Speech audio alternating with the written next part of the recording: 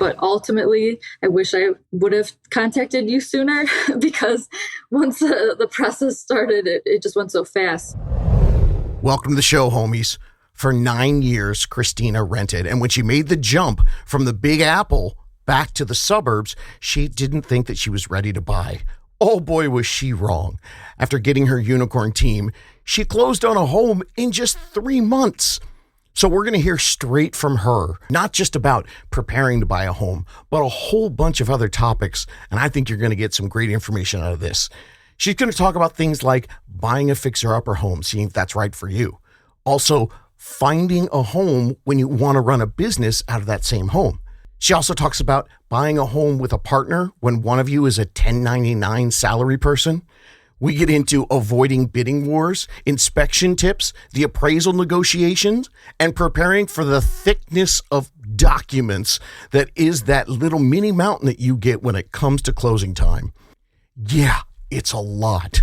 She also talks about upgrading a home before you actually move in, and we even get into the secret of the delayed first mortgage payment, a bonus for all first-time homebuyers that doesn't get talked about enough.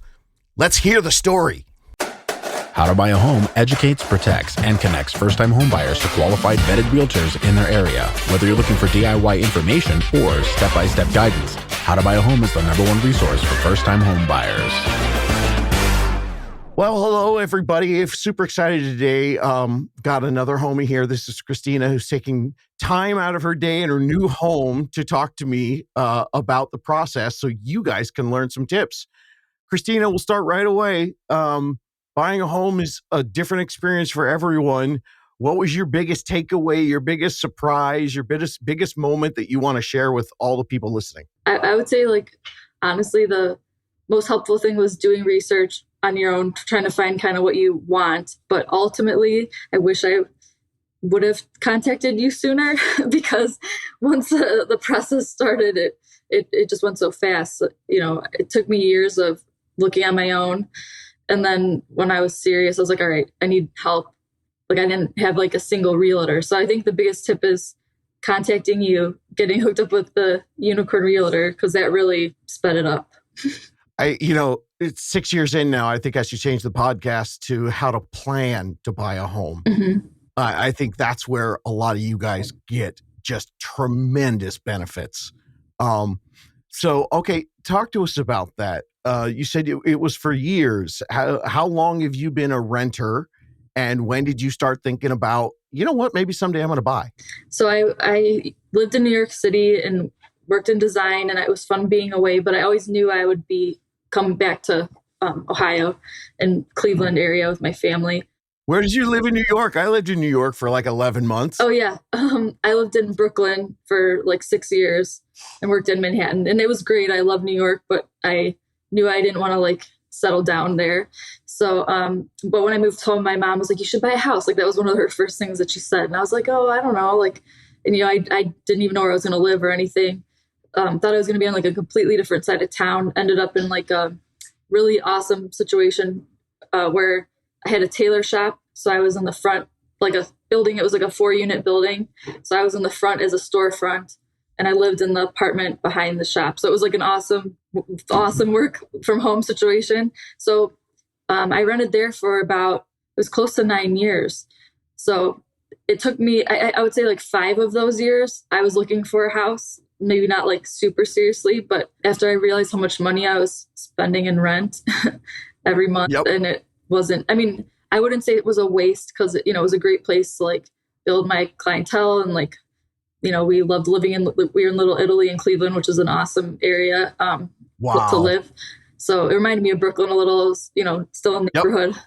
But now we're in the suburbs near our family, which, I'm grateful for that. But I just was sick of knowing that I was giving money and it wasn't ultimately for my, because it's going to end up with anything for myself. So what were your rent prices over those 9 years? Well, we were super lucky because it was a family friends building. That Cool. It kind of just happened when I moved home. Wow. It was awesome. I don't know. Because I was just tailoring at people's houses and, word of mouth, but they were just it was restaurants before me. And they're like, would Christina want to try something? So I was like, sure, I'll try. So it was awesome. For basically 8 years, my shop was open there. They were awesome. It was $650 for the front, $650 for the back. So I paid $1,300 a month which is insane after living in New York to think I had a storefront and a apartment for $1,300 a month. But just recently they bumped it to $1,500, but I only paid that for like 2 months because then we found the house so fast. So it only rose $200 in that many years. They kept like threatening a couple of years because their taxes went way up in that area, but they never rose it. They took really good care of us. So, but I guess within that length of that time period, you figured out that this was something you were going to do. So when you were like doing the plan on your own, were you looking at just the house side or were you looking at the mortgage side as well? Kind of both. And, before COVID, I just like still laugh because one of my friends bought a house for like $170,000 or $80,000 in like Edgewater, which is like right by the water in Cleveland. Oh yeah. And I was like, oh my God, that's so much money. Like they should have looked around more. This was before COVID. And now their house, it's like doubled in like tripled almost. Like it's crazy, the prices. So at first I was looking at the mortgage and the houses and I was seeing like my rent compared to what the mortgages were at that time. It wasn't a significant jump. It was more just like saving for the down payment was what I was trying to do over, as much as I could. When you first started, what was the down payment target goal that you were shooting for? Like 20%, 10%, 5%? What were you thinking? At the time too, it wasn't like as crazy of a market. I was like, oh, I can just do like the 3.5 or 4%. Like I could probably get one of those loans, or whatever. Yeah. So that's what I was shooting for. And then I just kept saving. I mean, I definitely had over enough for that, at first. So I was just like, okay, now I can like, at least I know I can afford the mortgage payment and I have at least the minimum down payment. And then it was just a matter of finding the house that I would want, which that's what took forever, for me to go through listings and stuff. Okay. So you ended up doing a 3.5%. Is that what you did? No. So because it's so competitive now, and especially like the area where we moved back to like the area we grew up in. The schools are good, and it's a nice like town. It's small. It's super competitive. Like not hardly anything on the market. Like I think the average. I got an email at one point that the average sales price was like over $500,000 for like that was like the average, and I was like, oh, this is not attainable. For a while, I was like, I'm not. How would I ever look in this area? Thankfully, like. I ended up finding a house well below that price, but once I contacted you and hooked up with the realtor, I asked her opinion of what do you think I should do for this offer? And she goes, I would just, if you can, like just do the 20% because it's so competitive. So this was when my parents stepped in, and I feel like a brat sometimes because I'm like, I am so lucky I have these parents. I'm an only child, and they were just like, this would be like part of your inheritance. Like we'd rather you enjoy it now and we can watch you enjoy it than later on. So I was extraordinarily lucky to have their help because I don't know in this area, like this house was on the market for, first of all, it was on the market for like 70 days or 60 days. It was kind of weird. So I was like, what's wrong with this house? Something's wrong. Yeah. But really it's from like 1956. It's barely been, it's well taken care of, barely updated, like maybe updated last in like the 70s or 80s. So even our oven was from like 1959. We had to definitely get a new oven. But the reason it was on the market was it needed so much updating. I think a lot of people couldn't see past it. To me, I wanted a ranch and this area and near our family, so that was the most important thing. So once we got my parents' like blessing basically of giving us that, we went with that offer, and it dropped from like, they were trying to sell it at like 369 or something at first. And I remember in August, I sent it to my mom and I was like, this house would be great if every single room didn't need updating. And she was like, yikes. Like that's all she typed back was yikes in the text. And then it just kept being on the market and I kept seeing it. And then it dropped to 335. So it became a little more affordable mortgage, like monthly payment wise. My Yeah. original target, like when I was first looking for houses, my mom's like, see if you can just get a house that's like your rent payment. I'm like, oh yeah. And at the time I almost could. Um, but there just wasn't like, I work, I have like a tailor like design studio. I needed like a space, still work from home situation. So it just, for me to find the Yeah. layout that would be like, people don't have to walk through my whole house to get fitted and use the bathroom and stuff. So it just took Yeah. many years to find like the area, the layout, So then my target became 2,000 a month, and we ended up being over that too, but still close. So many great things in there. I joke all the time as a straight white guy living in Orange County, California, I am Captain Privilege. I get it. You know what I mean? Yeah. There really are a lot of people right now with the average age being 38 years old. Mhm. There's a lot of people that like you said it best. I talk about it all the time, pre-inheritance. And if that's not where you are, great. You can still work with the unicorn and work on a 3.5% down or a 3% or a 5% down. When I talk about options all the time, you will get that from parents, from friends, from family. You'll get the yikes text. But for you working out of the home, you get a big tax deduction because you're using your home as part of what you do. You had some specific needs. And I think it's really important for buyers, you said it best, to see past it and understand the options. So what were the things that this house had that, it was dated, that was the cons. What were the pros about this house that made you see past, the shag carpet and all the other things? I'm making that up. No, I have no idea. every single room was carpet, like horrible colors. Yeah. But it's on, my other very important thing for my hoping to like keep my customers that are, in the like city Cleveland area, be able to easily come to me, was being off like a main highway. So I'm like right off the main, like zip up to Cleveland highway. So that was great. huge. It has a good parking area in the back, like a big slab kind of thing. And then there's a couple entrances, and there's pocket doors. So like the kitchen has a pocket door, the living room has a pocket door. I can like really block off my living or regular living space. So, my husband can still have his own space, and not, if a customer comes in, we have privacy and he does too, so it's kind of that the layout, it was really like the biggest barrier, I think, besides money, of me finding a house. Cause like hardly anything is a layout that has a separate entrance, that would not be weaving through our, past our bedrooms to use the bathroom or, whatever. So it's so important when people are running businesses out of their home. And, as your support team, that becomes the thing that we look at first. Your realtor goes in with their eyes squinted. They're not looking at the upgrades or whatever. They're just trying to figure out, okay, is this going to work? And wow. Okay. So you mentioned that your husband and you looking at this now, was this something that, did you guys apply together?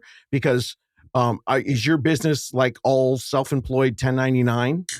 So I have like an LLC, I guess. Oh, I get it. But I think it's like a sole proprietorship is like what I file under. S Corp. Yeah. Yeah. So, yeah, but we went together because, like a couple of the loan people I talked to, self-employed, it's like they just don't fully trust you, I guess, that, it's not, which is kind of weird to me because like you can get let go of any job, but like, my business has been for like 8 years, but he has a steady salaried job. So we applied together.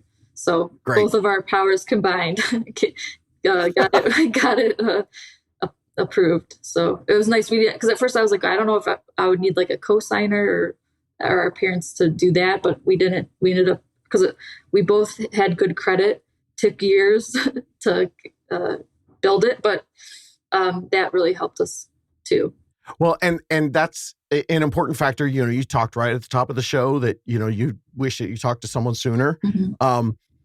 What you did is so commendable. You figured things out financially with your parents. You worked on your credit on your own and kept it in a good place.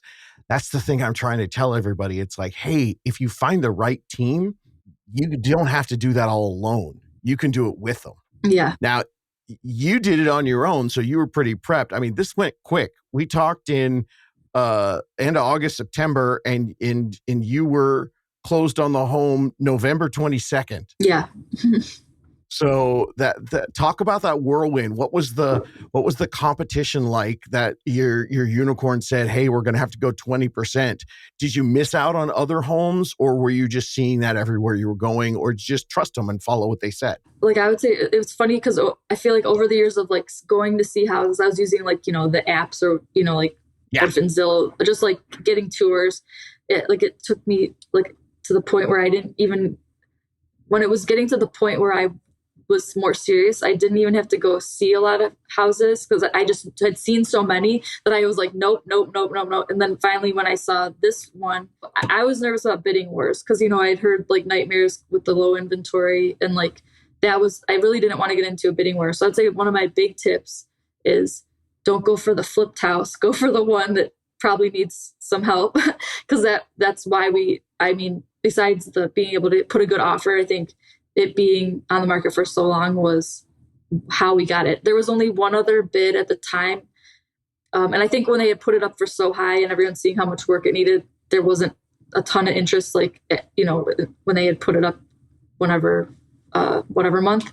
But when it was us, it was one other bid and they bid in like the low 310s. So she had said, they got another bid. The seller's almost like offended by the bid. So like, we should just go, if we just go in like what they're asking, because it was 335, and for this area, like I said earlier, the average is like $500,000. Like we knew we weren't going to get something with the layout, the location, all those things like for less than 330. It was 335, which to me is an exorbitant amount of money, but not right now. I mean, that's what it is right now. So in coming in at the list price, a lot of, the other guy was trying to lowball, and yeah, gang, they do get emotionally butthurt sometimes, and they will get upset about that. When you're overbidding, that's when you have to be really careful. But the thing about it is, if you're coming in at the list price, your real estate team can explain to you that, hey, this home still has to appraise. Mm-hmm. And if it doesn't appraise for that value, then we can renegotiate or we can leave the deal. So did you guys feel comfortable with the price because you've done enough research to know that at 500, even though this one needed some work, 335 was still the current value? Mm-hmm. Yeah. So we did get the appraisal, I guess before closing is, Yeah. obviously, but and it appraised for 347. So we were like, yes. So we already got equity on top of what we already, it was a down payment. So instant equity. Yes. So we call that instant equity. Mm-hmm. I love it. And we were like, yes, yeah, that's awesome. But then the seller came back. There was a couple weird things with the seller, just like, I never met them, but they weren't like very quick answering questions. And then when the appraisal came, they actually like went to my realtor to ask for the appraisal, and they were like, no. And then they went to my loan officer, and my loan officer called me and said, hey, their realtor's contacting us about sharing the appraisal value. And I'm like, why? Like, they already, plus like, what would they for $12,000 or whatever it was, like lose the whole sale? I don't understand. So we were just like, yeah, just tell them it appraised for value and move on. So excellent lesson. Yeah. So the appraisal originates from the lender, and it's to protect the lender. The lender wants to find out, is the home worth the amount of money that they're going to loan to Christina? Now, if it comes in lower, the lender says, I can't give you the loan for full value, and then you have to renegotiate. But keep in mind, folks, you're the buyer. It's your lender. You purchased the appraisal. And the phrase that you said is the one that I've said thousands of times in my career, which is, hey, great news. The home appraised for value. That's all you need. That's all the seller needs to know. And if they want to push on it, and sometimes they will, and it'll get ugly, their realtor should let them know. And contractually, they're not obligated to see it. And you can move into the home with instant equity. Yeah. Which is such a great thing for you guys. Mm-hmm. How did the rest of the under contract part go for you? Were there any red flags or snags in the inspection? I mean, obviously it was an older home. Yeah.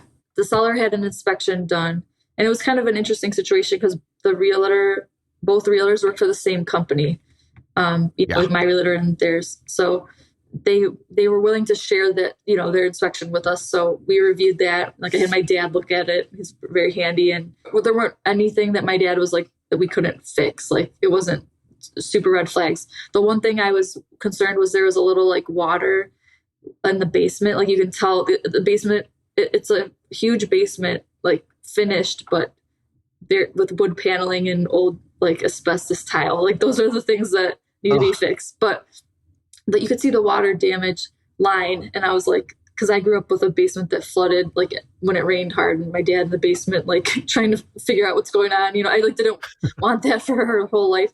So the sewage inspection and I don't know if it was your podcast or if I had just heard it somewhere that getting like the sewer inspection is like a huge thing, because that's usually not included in the regular. Yeah, it's not. That's me. Yes, it was not included in the regular inspection. So they had just said in the regular inspection, there's some of this may be worth investigating further. Like, so that was the one thing where we paid same inspection company because we trusted what they had. They looked legit on they have good reviews and everything. They came by, did like a sewer scope through. And they had just got new sewers put on our street like a couple of years before we moved. So I'm very happy we dodged having to pay for that when our, the neighborhood had to pay for that. So we dodged that, but their new sewer pipes, I was more worried about like the house pipes, and it looked clear enough, like there wasn't any red flags for them. So no root intrusion or any of that stuff. There's one part of the house that we're on like a little slope, like our whole street kind of slopes. So like there's one corner that they kind of feel like that's where the water's coming in. And it's something in the spring we could fix with like building up gravel and soil against the house, like leveling a little different. So our home inspectors in Southern California, and this is a little tip for everybody, they have like a copy and paste picture that I see in every single inspection. And after I saw it like the third or fourth time 20 years ago, I was like, what's the deal? And they're like, okay, here's the thing. The picture is like a house, and then everything is slanted away from it. So in the perfect world for a home inspector, your home is like sitting on the top of a triangle, and gravity takes everything down away from it. Mm-hmm. Well, we know that's not the way houses work. Yes. But if you just think of that very simple house on top of a triangle, that's how you stop water intrusion and building it up like what you guys do. Now, where I see a lot of buyers get bogged down, and I'm so glad that you guys went for it, and I'm so glad for your parents, since they gave you money, that you guys looked into this. You're buying a, $335,000 house. Your inspections, I don't know, $600, $700, $800, whatever. The sewer inspection's a few $100s on top of that. If it's under $1,000 to inspect that, I would pay $10,000 to inspect a $335,000 house. Mm-hmm. Super important to do that extra sewer inspection. Mm-hmm. And, when you're talking about having your dad look at it, you're not looking for every $50 and $75 and $150 problem. Yeah. You're looking to see if there's a $4,000 problem or an $8,000 problem. Yeah. And then the rest of your inspection kind of becomes a checklist, like something for you to keep and stuff you keep an eye on, and maybe call dad, and like, hey, you got some time this weekend? Come on over. Let's fix that little thing. So then as you got to the end of the process and we're getting your loan together, how did the final signing of the documents go? Was it overwhelming? I couldn't believe like the thickness of that pack, like papers she brought in. I was like, and they're so nice. Like the title company. I mean, I've never seen someone flip pages so fast, but she really helped us get through it, quickly. Yeah. Yeah. You do have the right to ask questions, because they will send you something, you'll sit down and it's an inch thick, Yeah, she went there and she kind of like, she would like explain points, and we were like, yeah, that's fine. Nothing seemed like we were getting swindled or something. It went well. So, that's the great thing about having the unicorn team and the lender. Most of the stuff that is signing is actually protecting the buyer. The seller is the one that needs to make sure that they're not giving you a lemon. So you have all these different protections. Okay. So overall, then you feel like the process went quicker than you thought it was going to. Here we are 3 or 4 months later. How's it been settling into the new home? we've really only lived here now like 2 weeks because we ended up getting rid of all of that carpeting. And underneath the carpeting, it was hardwood floors. So we were like super lucky. So that process of like, because we closed the 22nd, then it was like Thanksgiving. Then, Yeah. and the guy that my husband's friend does floors, he did an amazing job, but he was booked. He couldn't start till November or till January 6th.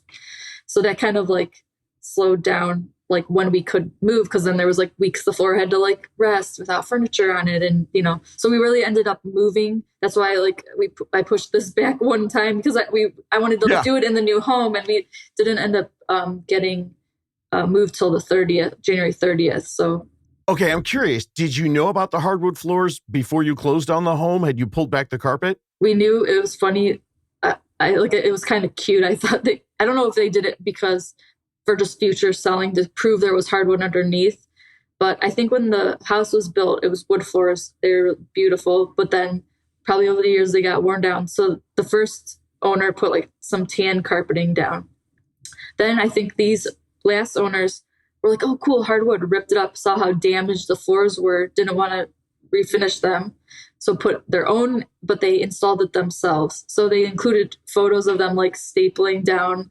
Like they have photos like on the counter when we came to see the house of the dad like doing the carpet himself, like over showing the damaged floors, like showing the glue marks or whatever it was from the first carpet. Oh, And yeah, so that's how we knew. And they were the very like orange, hardwood, like honey oak kind of floors. wow. So we had them like his friend came by, said they look great. They just need sanded, and he just sanded it to the natural color and just coated it.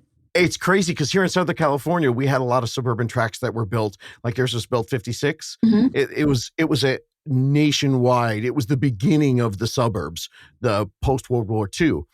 And so we've got a lot of homes built in the 90s and in 2000s, 2010, but just a little inland in Southern California. Everybody, you will see experienced buyers walk in and pull the carpet back when they're in the living room, because those original hardwood floors are gorgeous. Yeah. How much of this delay were you prepared for on November 22nd when you got the keys? Were you guys ready for that, or were you adjusting on the fly? Kind of adjusting on the fly. I think for me, I was very overwhelmed because I was moving my whole business and all my apartment. So I was like, oh my gosh, how do because I work with a lot of like bridal and formal. I'm like, when do I stop taking people? Every new person I have to say, I'm moving to this place. You would, if you still would like to make an appointment, is it location inconvenient? Like it was like so many things to like wrap up. So for me, the delay was helpful actually. Like it sucked paying like another 2 months of rent. I guess I don't know if we could have moved in a week before December started, but paying 2 more months of rent on top of, we didn't have to start paying the first mortgage payment till January, which that helped. So we it was a little say that again. staggered. I just did a social media post about that, but say that again. I need the people to hear that. You closed on November 22nd. And when was your first mortgage payment? January 1st. That's right, everybody. Yeah. You pay your first mortgage payment backwards. You get like 5, 6, 7 weeks, depending on when you close. Yeah. So I was like, oh, really? Like, so then we had like a few more weeks to, make as much money as I could and save and just be like mentally prepared.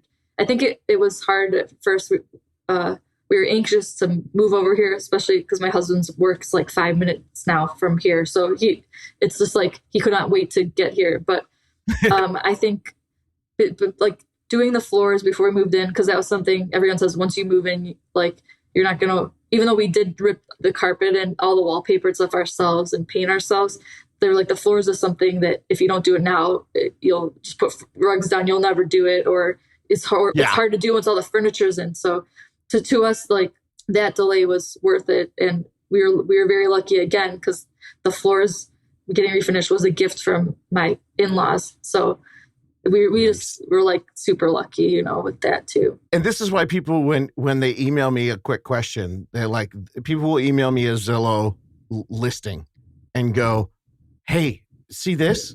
This one's listed for $350. Is it overpriced? Should I buy it? I'm like, oh my God.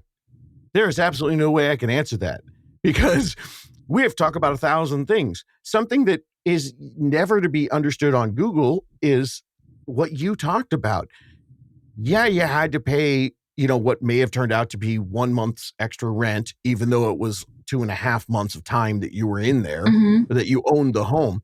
You got to keep some clients, which meant more income coming in as opposed, you know what I mean? Yeah. And so there's so many different balls in the air with everybody's individual transaction. Yeah, it was very overwhelming. Like, just think, because at first I was like, well, maybe we can move just our apartment stuff out, and then we'll do another move for my shop. Like, I'll be delayed that way just so we can start sleeping here. But once we got the news that the floors couldn't get done till that time, and we shouldn't be in here, at all.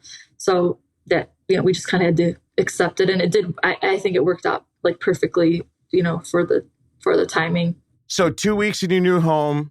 What's been your favorite moment so far? Is there a part of the home that you really love, or are you just hiding all the boxes that are underneath you right now? The upstairs isn't terrible. Like, there's so many boxes downstairs.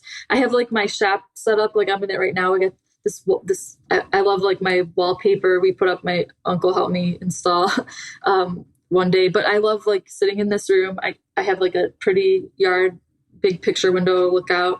And in this room too, with my shop, I have like a gas fireplace, which is like really weird, but my dog sits by it all day. It's just very like chill and calm and quiet here. It's just nice. And I miss things about the city, but I don't miss like having random people trying to walk in, and I can be more just feel at home. Yeah. You were in New York for 6 years, you rented for 9 years. And you mentioned schools at the beginning of this. So obviously there's a transition going on in your life. And there are certain condos and apartments that maybe people can figure out they want to buy. Maybe if you found my podcast back, your first year in New York, maybe you would have looked at trying to buy a cute little place for the last 3 years in New York and, as something that could have been a lateral move. But here you are with this new transition, and the school districts was something that was very important to you, but you also combined it with the very important part of your business, still feeling comfortable, not just for you, but for your dog to be by the fireplace. Yeah, that's very and have important. windows to look out still.